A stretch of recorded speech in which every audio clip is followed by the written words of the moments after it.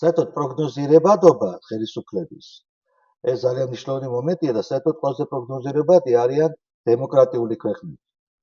შენ იცი რას უნდა ელოდოს სასამართლოდან ხელისუფლება და ასე შემდეგ. საბჭოთა კავშირი იყო პროგნოზირებადი, მაგრამ სხვა კუთხით. შენ იცოდი რომ არაფერი არ შეიცვლება და უნდა დაყრდნობით რაც არის.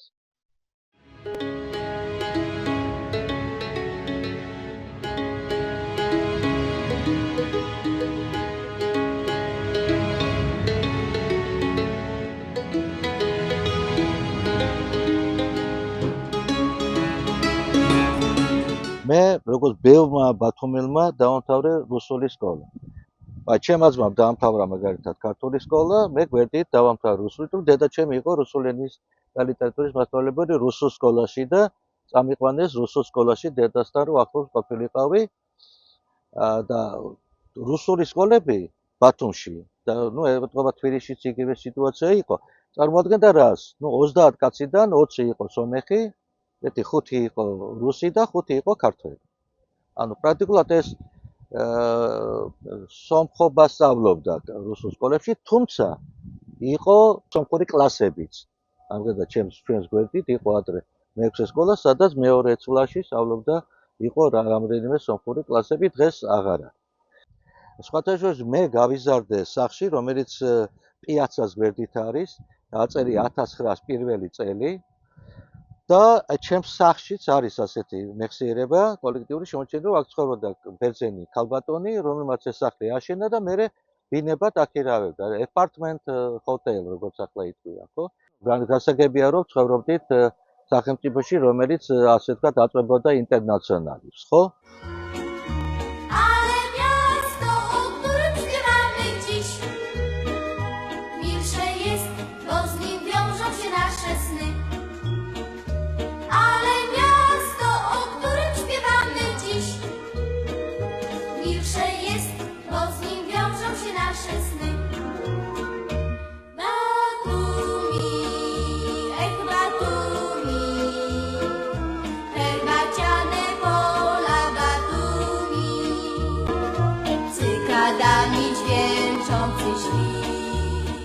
ახლა საბჭოთა კავშირი რომ ახსენდება, ხო, ჯერ ვიყავი ახალგაზრდა, 2 მეტრიანი ცისფერფორება ბლონდინი ტიპი, ხო?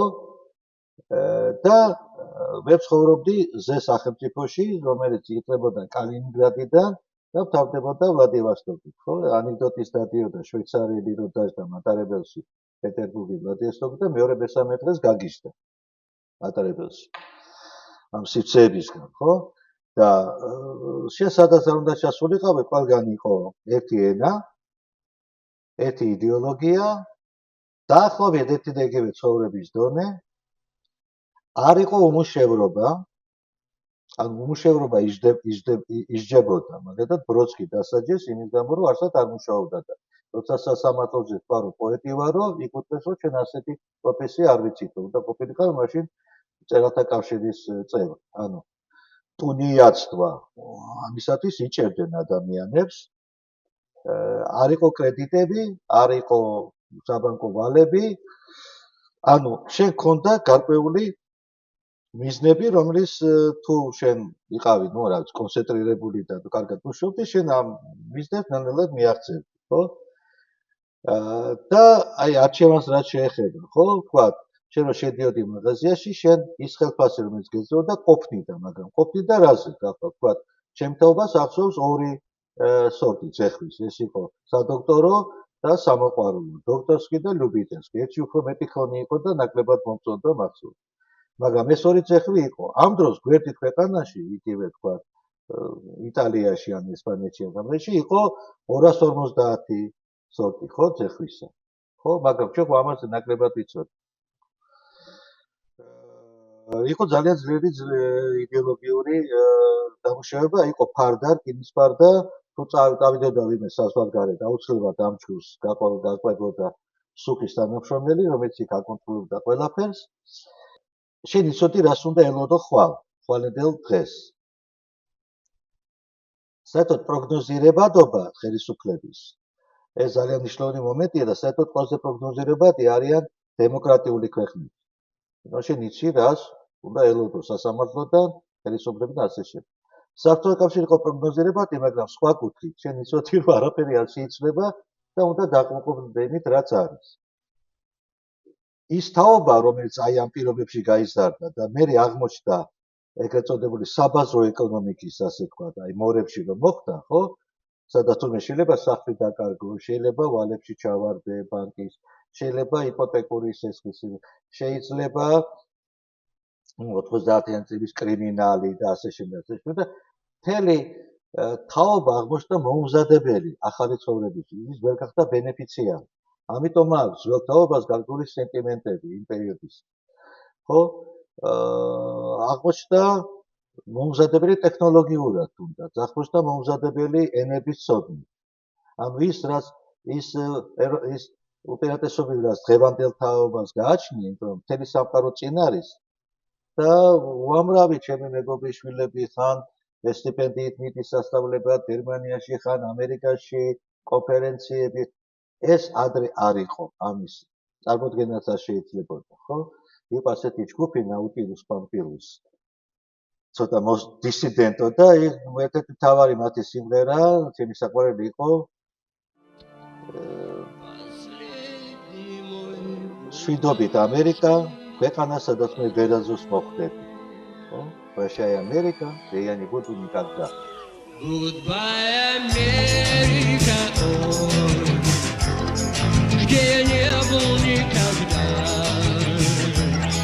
Прощай навсегда. Возьми банджо, сыграй мне на прощание. მე გავიდა რაღაც აფეთქები და აღმოჩნდი ამერიკაში და მიხდიროს მართლაც არის სიცხე, რომელიც შექმნილია ადამიანისთვის. მე ორი თვე ვქირავდი ბინას ერთ საბჭოთა კავშირიდან წასულ ემიგრანტისგან, ებრაელისგან. მოხსენებული კაცი იყო, რომელიც არ იცოდა ასეთი ენა რუსულის გარდა. და იქ ცხოვრობდა, მუშაობდა social security ხო, რატო? იმიტომ ტელეფონს რო აიღებდა და ბანკში უნდა და რაღაცის გარკვევა, ბანკი ელაპარაკობდა 18 ენაზე. შენ შეგვიძლია დაგეჭირა ღილაკი რუსული და ის დაგელაპარაკა რუსულად, ჩინური დაგელაპარაკა, ანუ შენ ყველა სერვისი ქონდა იქა, მიღოთ იმისა, რომ ენაც კი არ იცოდი. ეს ამერიკასია საუბარი.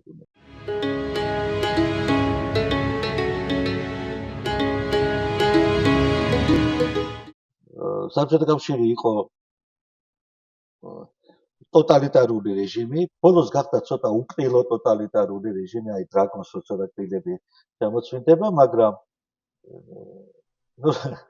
ახლა შეიძლება ბევრს ეს არაფერს ნიშნავს, მაგრამ პირველად რომ ჩავედი ჯერ კიდევ სოციალისტურ ქვეყანაში გდრ-ში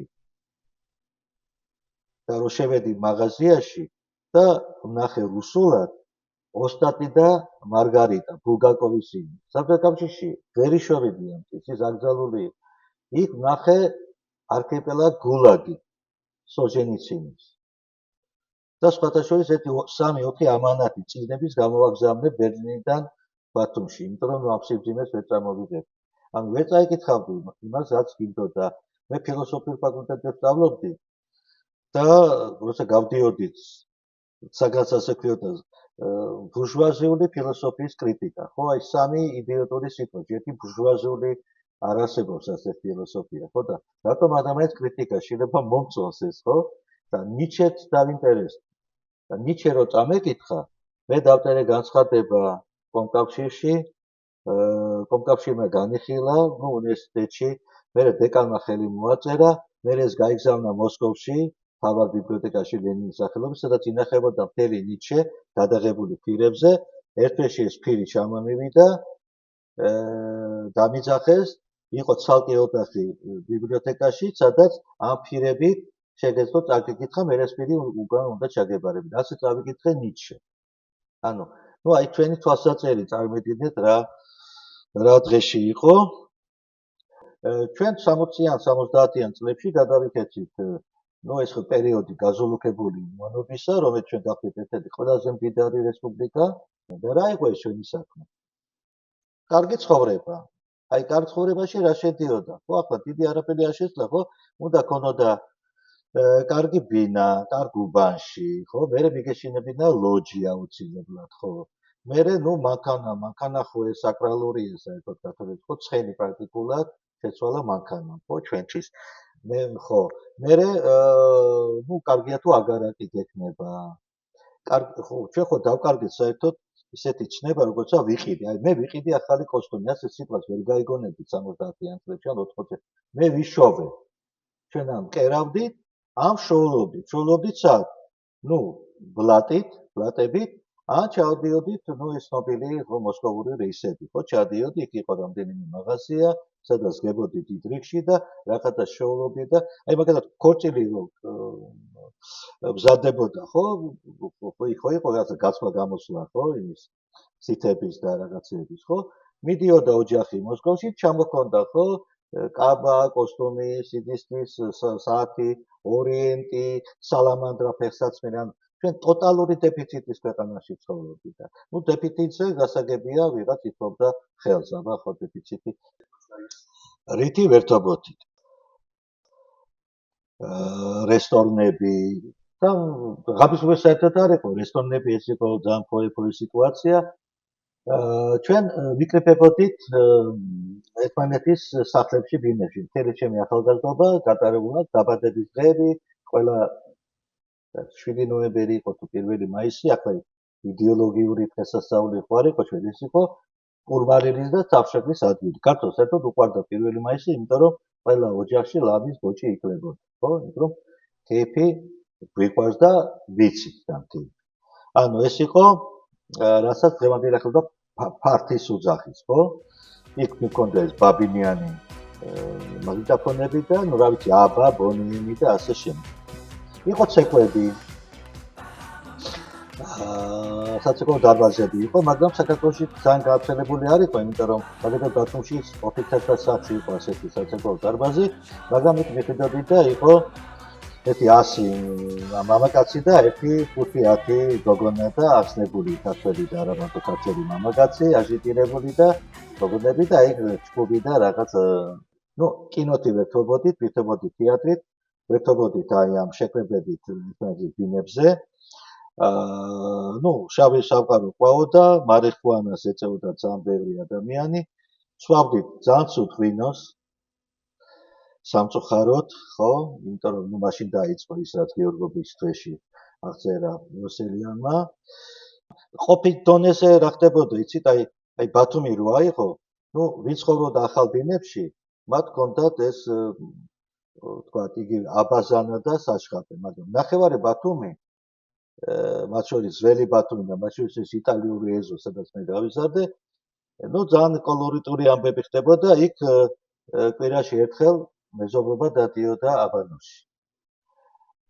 ჩემ ახლოს იყო ორი დიდი აბანო, ერთი ხულოს ქუჩაზე, მეორე დღევანდელ მაზნიაშვილის ქუჩაზე. კიდევ გორკის ქუჩაზე იყო ერთი აბანო, მოკლედ იქაც მახსოვს, აი თუ პატარა ვიყავი, ხო, აი მამაშემ დავყავდით მე და ჩემი ძმა. ნუ ჯერთი სულ რიგები მახსოვს. მერე მახსოვს ეს ძველი აბანო გადაღებულია გუნანიებაში, აბულაძეს, აი წამების სცენა. ნუ საოცარი კონსტრუქცია იყო, ხელოვნური განათება იყო, ასეთი დიდი ის იყო დატოვებული ფანჯრები გვალი სახურავზე. ერთხელ გერმანელები ყავდა სტუმრად და აი გადავხედეთ ჩემი ამ იტალიური ეზოში, ხო, მესამე სართულიდან და მეზობელი ეძახის, აი სომეხი მეზობელი ეძახის ქართულ მეზობელს, ვანო, წავედით აბაზანაში, შაბათი დღე და წავედითო, ამოხვალო აბანოშიო და ის ვანო პასუხობს, არა, ოთხშაბათს ნამყოფი ვარ.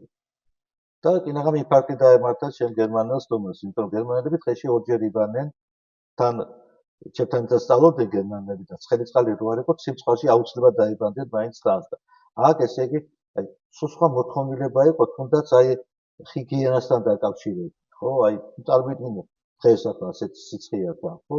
დღეში ორჯერ, სამჯერ შედიხარ აბაზანაში და ერთხელ კვირაში დავდიოდი და ნუ ამ აბანოების ირგვლივ კიდევ არსებობდა თავისი კიდევ ლეგენდები და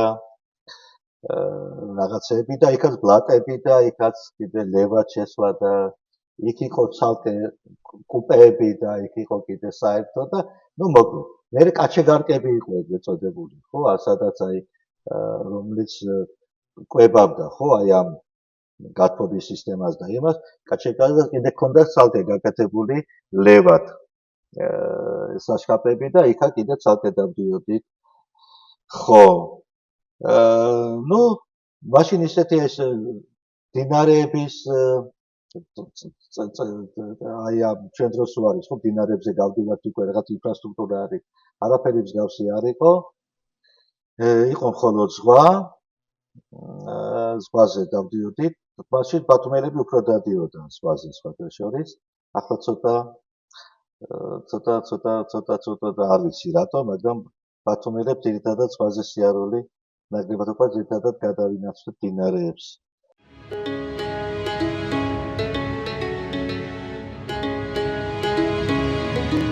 მე ვსწავლობდი როსტოვის სახელმწიფო უნივერსიტეტში ფილოსოფიის ფაკულტეტში.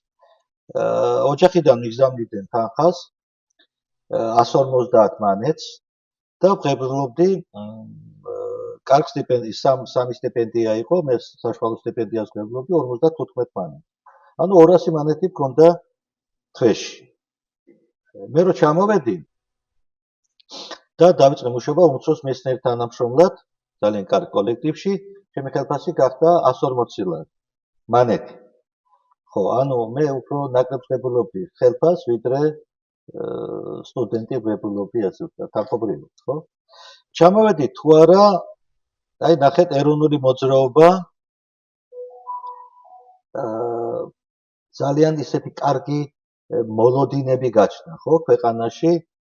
ერი გარკვეულად შეიკრა ამას 9 აპრილმაც შეუწყო ხელი, ასეთი შეკრული ქართული ერი არასდროს არ ყოფილა. მე მახსოვს, რომ ძალიან ოპტიმისტურად და ნაიურადაც ვიყავით განწყობილები. ჩვენ გვეგონა, რომ ჩვენი ღვინით, ჩვენი მინერალური წყლებით და კურორტით ასეთი გავალცნოთ და ყველაფერი კარგად იქნება და ვიცხოვრებთ ისე როგორც ევროპული ქვეყნები. ანუ ჩვენ ვერ დავხდით დამოუკიდებლობას მომზადებულები. სხვათა შორის ეს ბევრ რამეში მე რეიჩინა თავი. მე მახსოვს ერთ-ერთ არაფორმალურ შეხვედრაზე, ჩვენ ჰქონდა ასეთი ორგანიზაცია თვალსაზრისი, ერთმა ჩვენმა მეგობარმა თქვა, რომ ჩვენ ბენზის ქარხანა უნდა შევინარჩუნოთ. იმიტომ რომ ჩვენ დაჭირდება დამოუკიდებელ საქართველოსო და მახსოვს კინაღამ ლიჩის წესით გავასამართლეთ რა ბენზზე ეს ანაგვიანეს ბუნებას და ჩვენ ასეთი კურორტი და ბათუმი და ასე შემდეგ და მე როცა დავიწყეთ თვალებს ცოტა გაგვეხილა და დავიწყეთ სიარული, ხო? აქ გვერდით არის თურქეთი, სადაც სანაპირო ზოლი რამის 1000 კილომეტრიანი აქვს და სადაც 9 თვე საცურაო ამინდია. ანუ კარგი კლიმატია და შენთან სულ 2-3 თვეა ნორმალური ამინდი ის თუ და ჩვენ გვინდა ესე იგი გავუწიოთ კონკურენცია და თან ფასებით თითქმის იგივე რაც ბათუმში გინ ანტალიაში, ხო? აი თქვა იგივე რუსთავის მეტალურგიული ქარხანა, ხო? ჯერთი ის ხო აბსოლუტურად ყველა ის პროდუქცია რომლიდანაც ის მასალა რომელსაც კეთდებოდა პროდუქცია მოდიოდა სხვადასხვა ტერიტორიიდან, ხო? არის იყო თვითკმარი რაღაც ქარხანა, ხო? და მაგრამ 90 წლების ბესპრედელში ჩვენ ბევრი რამ გავაცამტვრეთ, გავყიდეთ, ხო? რაც არ გააკეთა თქვა იგივე ბელორუსიამ. ახლა ბელორუსის მაგალითის მოყვანა ცოტა არაპოლიტიკურად ჟღერს, მაგრამ ნუ დაგვავიწყდება, რომ დღესაც ერთ-ერთი ლიდერია ტრაქტორების ექსპორტის კუთხით ბელორუსი, ხო? აი ეს ბელორუსი საბჭოთა დროს აწარმოებდა დიდ სატვირთო მანქანებს და ტრაქტორებს, დღესაც აწარმოებს, ხო? და ცხოვრების ზონე ჩვენზე უფრო მაღალია ბელორუსი, ხო? ხო და ავიაციო ქარხანა ჰქონდა, ხო? რომელიც აწარმოებდა სულ 25-ებს, ხო? თუ არ ვცდები, ხო? ახლა იქ რაღაც კიდე შემორჩა რაღაცები, მაგრამ ნუ ხა შეიძლებოდა რაღაცების უკეთ ალბათ, მაგრამ ნუ ჩვენ მივიღეთ აი ველური კაპიტალიზმის რაღაც პირობებში ვიცხოვრეთ 90-ებში, საერთოდ რაციო არასდროს არ ყოფილა ჩვენი ძლიერი მხარე. ძალიან ემოციურად ვიქცეოდით და ამ არარაციონალურობამ აი ეს კოლაფსური მდგომარეობა გამოიწვია 90-იანი წლების.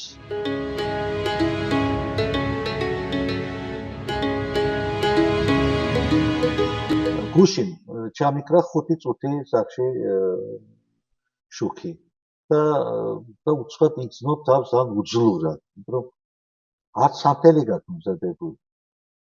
ხო, და არ იცი რა გააკეთო და უცხოდ გაგეხადვა რომ კომპიუტერში მაქვს ისა ჯერ კიდევ ენერგია და რაღაც, მაგრამ ახლა წარმოვიდგინეთ რომ შუქი მოდიოდა პირველ საათზე. მე კინოკლუბი მქონდა უკვე მაშინ და ფილმებიც კარგი მქონდა კოლექცია ვიდეო კასეტებზე და მე დავაფიქსირე ასეთი რამ რომ არც ერთი ფილმის ფინალი არ მახსოვს და მე დავასვენი რატომ იმიტომ ვიწყებდი ფილმის ყურებას პირველ საათზე ოჯახში და მე უკვე გვეძინებოდა და ფილმის ყველა ფილმის ფინალი მახსოვს ძალიან ცუდად. ხო, ესეც გავიარე. ერთი სამალქო ომი, მეორე სამოქალაქო ომი, ერთმანეთში დაპირისპირება. 2003 წელს ძალიან ოპტიმისტურად შევხვდით, ხო, მახსოვს ეს რა ხდებოდა მაშინ საქართველოში, ახალი იმედები და პირველი წლები მართლაც საოცარი იყო. ჯერ უცბად განათდა საქართველო. პირდაპირ გაგებით, ხო, ეს ეწოდებული მეცხრე ბლოკი ამუშავდა და სახელმწიფომ დაიწყო სახელმწიფოს ჩამოყალიბება, მაგრამ მერე თავი იჩინა ისევ სამართლებრივმა ნიჰილიზმმა, ისევ ძალოვანი სტრუქტურების პოლიტიზირებამ, ისევ მოშინაურება სასამართლო სისტემისა, იქ რომ აღმოჩნდა, რომ არამყარი დემოკრატიის, არამდგრადი დემოკრატიის ქვეყნებში ასე უფრო მარტივად შეიძლება მართო ქვეყანა. ეს არის ეგრეთ წოდებული, ახლა ვინც პოლიტიკურ ფილოსოფიას მეტად იცის, ის აპრობირებული მეთოდია, ხო, ყველა ავტორიტარული რეჟიმის, მე არ მაქვს დრო, რომ თქვენ ყველანი დაგარწმუნოთ, რომ მე ვიცი გზა ბედნიერებისკენ. ამიტომ მე გაგრეკავთ ბედნიერებისკენ რკინის ხელი. და დაიწყო ეს რკინის ხელის პოლიტიკა უკვე მეორე ვადით, რომ მოვიდა სააკაშვილი. მერე საშინელი იყო ამბები 2008 წლის, რომელიც ასევე არ გვაქვს გაანალიზებული და სანამ პოლიტიკური კონjunktūra იარსებობს, მე მგონი ბოლომდე ვერც გავანალიზებ, სანამ არ იქნება აბსოლუტურად დამოუკიდებელი საექსპერტო ანალიზი და სასამართლო სისტემა. მერე 12 წელი და ახალი იმედები, საუკეთესო პირველი წლები. ერთი მეგობარი მყავდა სომეხის ფათაშორის პაპაზიანი და 30 წელი გაატარა ციხეში. გამოდიოდა ჩაჯდებოდა გამოდეჩი, მე ყველა დაეკარგა ნათესავები და სხვა გზა არ ჰქონდა. მე მეგონის თვითონ მიდიოდა ციხეში და რაღაც ვეხმარებოდი, რაღაც პატარ-პატარა რაღაცას უგზავნიდი. და გამოვიდა და უკვე ბოლო რეჟიმის პირობებში და თქვა, რომ ადამიანად ვიძენი თავი პირველად, იმიტომ რომ ყველაფერი შეიცვალა ციხეში. და ჩემზე უკეთესად ჰქონდა კბილები ჩასმული. ვიკურნალესო, ის გამეკეთესო და მაქვს სხვა მაგალითებიც, მაგრამ ჩემი მეგობარი ის და სააკაშვილის დროს ჩხუბის გამო. და 20 კაციან საგანში ვიყავით 40-ი. ახლა ვისაც არ ესმის რა არის, ხო? და რატომ უნდა ესმოდეს, მაგრამ დაფიქრე, რომ შენ არ გაქვს ციხეშიც კი შენი პატარა სივრცე. ანუ იმ ოფლიან სატულში შენ უნდა დაწვე დროებით, იმიტომ რომ მე აგაყენებენ, იმიტომ სხვა უნდა დაწვეს და კვებას და უხაერობას და უაბაზანობასო და ყოველდღიური წემატყება თან. წემატყება იყო აუცილებელი სასიტულში აქცენტენ, მაგრამ ყოველდღე დამცირება უნდა ყოფილიყო, შენ ყოფილიყავი მშვიდად. ეს ყველაფერი ხო გავიარეთ, მაგრამ მივიღეთ ბოლოს რა, მივიღეთ იგივე დღესაც ცხოვრობ ძალოვანი პოლიტიკური სტრუქტურების პირობებში, სასამართლო სისტემა ისევე, ასე ვთქვათ, კასტრირებული.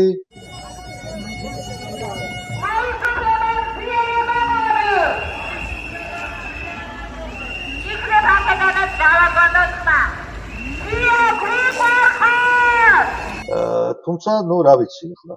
მე ვთვლი, რომ სიტყვის თავისუფლების არეალი მეტია, ვიდრე სააკაშვილის რეჟიმის დროს.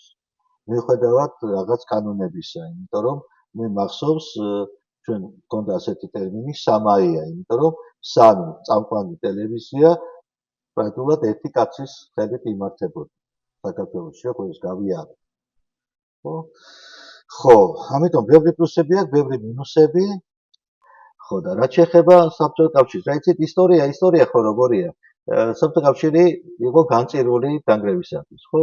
ბუნებრივია ჩვენმა ეროვნულმა მოძრაობამ, ისე როგორც ლიტვურმა, ისე როგორც უკრაინულმა შეიტანა გარკვეული წვლილი, მაგრამ ნუ დაგვაჩნდება, რომ ეს ყველაფერი გადაწყდა უკრაინას, ბელორუსია და რუსეთს შორის ბელოვეჟსკაია პუშაში. შეიქმნება სამი დიდი რესპუბლიკის მეთაური და გადაწყვიტა, რომ ვიცხოვროთ საცალკეო, ხო? ხო და რო გაგრძელებულიყო საბჭოთა კავშირი, თუ ვთქვათ, ჩვენ პრინციპში უკვე ეს გაზულუხებელი მონობის ფენომენი კიდევ უფრო გაძლიერდებოდა ჩემი აზრით, ხო? და ჩვენ გარკვეულად გვიშველა ეროვნულმა მოძრაობამ მთელი თავისი გარკვეულად სიგნალით და ზოგჯერ მითოლოგიზმებით, მაგრამ მაინც გვიშველა, იმიტომ რომ აი ეს ეროვნული სული გამოაღვიძა, რომ შენ ხარ დიდი კულტურის, დიდი რელიგიის მატარებელი და ეს ღირსება ისევ შეძინა ერს. ახლა შეიძლება ახალგაზრდებს არ ახსოვს, მაგრამ მე ცხოვრობდი სტუდენტი ვიყავი იმ პერიოდში, როდესაც უკვე დახლები იყო ცარიელი საბჭოთა კავშირში. და რამის პროდუქტის რა ქვია, საბარათო სისტემა შემოვიდა გარკვეულ პროდუქტებზე და ახლა გოზდაბოლოს სიმბოლო, ხო, ამისა ყველაფრისა იყო, რომ ტუალეტის კახალდი არ იყო. ანუ როგორი დაავადებული ერი იყო, რომ ტუალეტში დადიოდა გაზეთები. წარმოვიდგინეთ, რამხელა საზიანო ეს ჯანმრთელობისთვის, ხო? და ამაზე ხო ანეკდოტებიც აქვს. ბიბლიოთეკა ჰქონდა ზოგიერთს მოწყობილი ტუალეტში, ხო? და იქ გაეცნეს ბევრ რამეს, ხო? ხო და აზრიც არ აქვს ისიც, რომ საბჭოთა კავშირს ჰქონდა გარკვეული შანსი რეფორმირებისა და გადარჩენისა. ხო, აი პერესტროიკის ბოლომდე რო გაგრძელებულიყო, მაგრამ პერესტროიკა ხო ეს ფსევდო პერესტროიკა აღმოჩნდა. კი. შენ რაღაცებზე, ასე ვთქვათ, გაახილე თვალები, მაგრამ დატოვე ერთპარტიული სისტემა. ხო და ერთპარტიული სისტემა არსებობზე და თან გინდოდეს დემოკრატიულად ცხოვრება, ასე არ გამოვა.